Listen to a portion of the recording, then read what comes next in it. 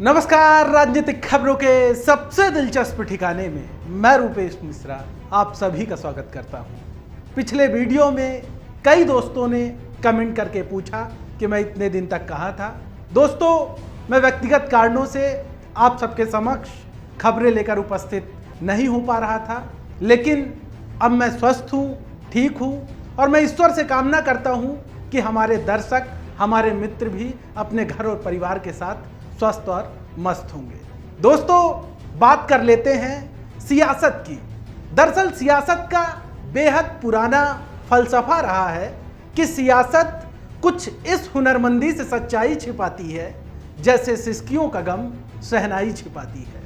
दरअसल राजस्थान की सियासत में दिल्ली से लेकर जयपुर तक क्या चल रहा है, असल में किसी को नहीं मालूम। इस सवाल का जवाब सचिन पायलट या तो फिर मुख्यमंत्री गहलोत ही दे सकते हैं। बाकी तमाम लोग सिर्फ और सिर्फ कयास लगा रहे हैं। और वैसे भी कहा जाता है कि जब राजनेताओं की जुबान बंद हो जाए तो फिर उनके चेहरों की भावभंगिमा बढ़ी जाती है कि आखिर राजनेताओं के चेहरे अब क्या कह रहे हैं। आज कई दिनों के बाद सूबे के पूर्व मुख्यमंत्री सचिन पायलट दिल्ली से जयपुर लौट कर आए और एकाएक वो ना तो मीडिया से मुखातिब हुए, ना ही उन्होंने किसी से बातचीत की। वो अपने बंगले में चले गए और उनके बंगले के बाहर विधायक इंद्राज गुर्जर थे। उन्होंने मीडिया से बातचीत की और इस दरमियान इंद्राज गुर्जर की जो मुखरता थी वो अपने आप में बहुत कुछ बयां कर रही थी। दरअसल इंद्राज गुर्जर यूं तो पहले से ही मुखर थे, लेकिन आज उन्होंने आक्रामकता के साथ मीडिया से बातचीत की और कहा कि सचिन पायलट जो भी कहेंगे वो उन्हें मंजूर है और तमाम विधायक वही काम करेंगे। यानी बिल्कुल आईने की तरह साफ है कि पायलट के एक इशारे का इंतजार है और पायलट का हर फैसला उनके कैंप के विधायकों के लिए सर्वोपरि है। लेकिन इन सब के बीच जो पायलट के समर्थक हैं और तमाम जो सूबे की आम आवाम है, उनके अंदर एक जिज्ञासा हिलोरे मार रही है कि आखिर पायलट क्या समाधान लेकर लौटे हैं, क्या पायलट की समस्याओं का निदान हो गया है। तो दोस्तों, इस पर कोई ठोस जानकारी निकलकर सामने नहीं आ रही है, लेकिन लगातार दिल्ली से ये खबरें चल रही हैं कि सचिन पायलट के समक्ष 3 मंत्री पद का ऑफर किया गया, लेकिन पायलट ने उसे ठुकरा दिया और पायलट अपनी बात पर अड़े रहे कि उन्हें कम से कम 6 मंत्री पद चाहिए। अब ये कितना हकीकत है, कितना फसाना है, ये सचिन पायलट को ही मालूम है। लेकिन एक बात जरूर कहा जा सकता है कि सब कुछ सामान्य नहीं चल रहा है, क्योंकि सचिन पायलट के एक बयान के बाद से जिस प्रकार से राजस्थान की सियासत ने जून के महीने में इतनी तपिश ले ली, उससे एक बात साफ हो जाती है कि इस झगड़े का पटाक्षेप इतनी आसानी से नहीं होने वाला है। और जिस प्रकार से पिछले दिनों में पायलट कैंप के विधायकों को जो निशाना बनाया गया, पायलट कैंप के विधायकों को जो गद्दार कहा गया, पायलट कैंप के विधायकों पर जिस प्रकार से हमले बोले गए, उससे कहीं ना कहीं इशारा ये मिल रहा है कि पर्दे के पीछे से एक अलग राजनीति चल रही है। पर्दे के पीछे से कई ऐसे चेहरे सक्रिय हैं जिनका नाम सामने आने के बाद हो सकता है कि सूबे की आम आवाम को हतप्रद लगे कि आखिर ऐसा क्यों हो रहा है। अब यहाँ पर बड़ा सवाल ये उठता है कि क्या आला कमान राजस्थान की समस्याओं को लेकर बिल्कुल भी चिंतित नहीं है, बिल्कुल भी गंभीर नहीं है। क्योंकि जब विधायक आपस में इस प्रकार की बयानबाजी करने लगे, विधायक एक ही पार्टी के विधायक एक दूसरे पर आरोप प्रत्यारोप लगाने लगे, तो जाहिर तौर पर यह पार्टी के लिए एक कहीं ना कहीं बड़े संकेत हैं कि किस प्रकार से जूतम पैजार मची हुई है।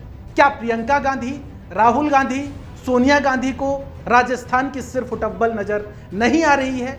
क्योंकि एक बात आप मानकर चलिए, इस झगड़े का जो हल है वो प्रियंका गांधी, राहुल गांधी ही निकाल सकते हैं।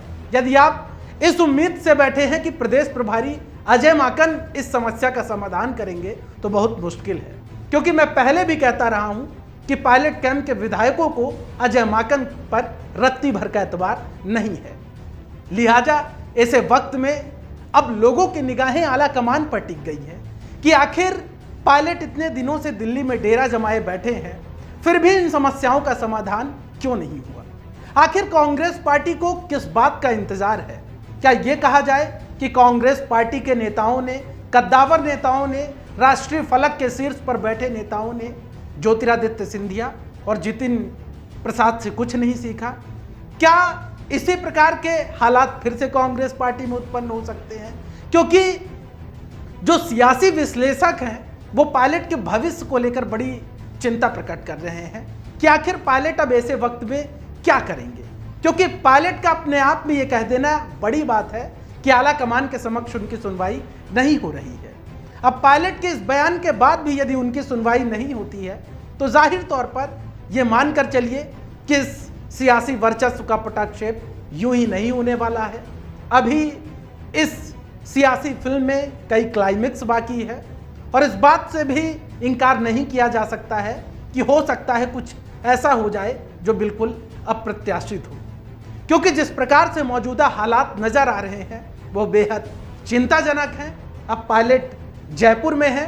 कहा जा रहा है कि पायलट अपने विधायकों के साथ लगातार मंत्रणा कर रहे हैं, चिंतन कर रहे हैं।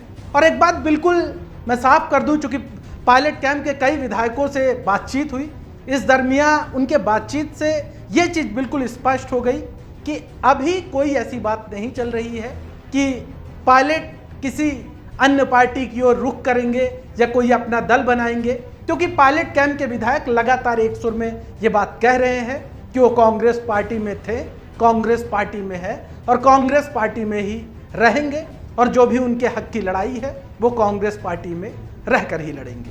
बहरहाल अब देखना ये होगा कि इस घटनाक्रम का जो पटाक्षेप है वो आलाकमान कितनी जल्द करता है। और जाहिर तौर पर जितना ही लेट किया जाता रहेगा हालात उतने ही विकट होते रहेंगे। दोस्तों, राजस्थान की सियासत में जिस प्रकार की उलटफेर और रस्साकसी चल रही है उस पर हमारी पैनी निगाहें बनी हुई हैं। हर बड़ी खबर सबसे पहले सबसे आसान शब्दों में हम आपके समक्ष लेकर हाजिर होते रहेंगे। तब तक के लिए नमस्कार।